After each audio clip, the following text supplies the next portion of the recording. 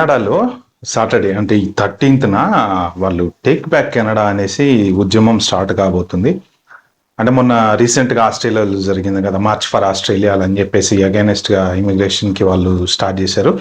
So ఇప్పుడు అలాగే కెనడాలో కూడా స్లోగా ఇప్పుడు మొదలు పెడుతున్నారు వాళ్ళు కూడా. ఈ ఆల్మోస్ట్ ప్రతి కంట్రీలో, ఇక్కడ యూకేలో అయితే బీభత్సంగా జరుగుతుంది.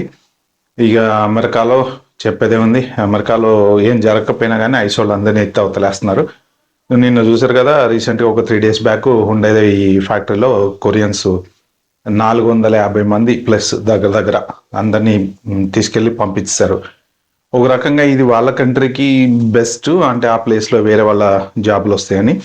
సో ఇప్పుడు మన టాపిక్ ఏంటంటే, వరల్డ్ వైడ్ ఎక్కడ చూసినా బీభత్సమైన ప్రొటెస్ట్లు జరుగుతున్నాయి. కాబట్టి మాత్రం మీరంతా చాలా జాగ్రత్తగా అయితే ఉండండి. ఎస్పెషల్లీ ఇండియాలో ఉండే పేరెంట్స్ ఎవరన్నా ఉంటే వాళ్ళకు కూడా నేను ఇచ్చే మెసేజ్ ఏంటంటే, మీరు ఈ ఇండియాలో దిక్కుమాలిన ఛానల్స్లో ఇచ్చేటువంటి ఈ టెన్షన్ పెట్టేటువంటి వార్తలు చూసి మీరు భయపడకండి.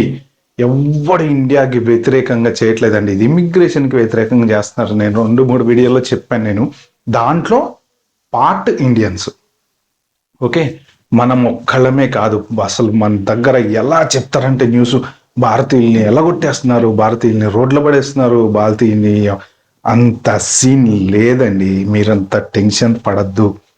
ప్రతి చోట జరిగేటువంటి దాంట్లో మనం ఒక చిన్న పార్ట్ మాత్రమే.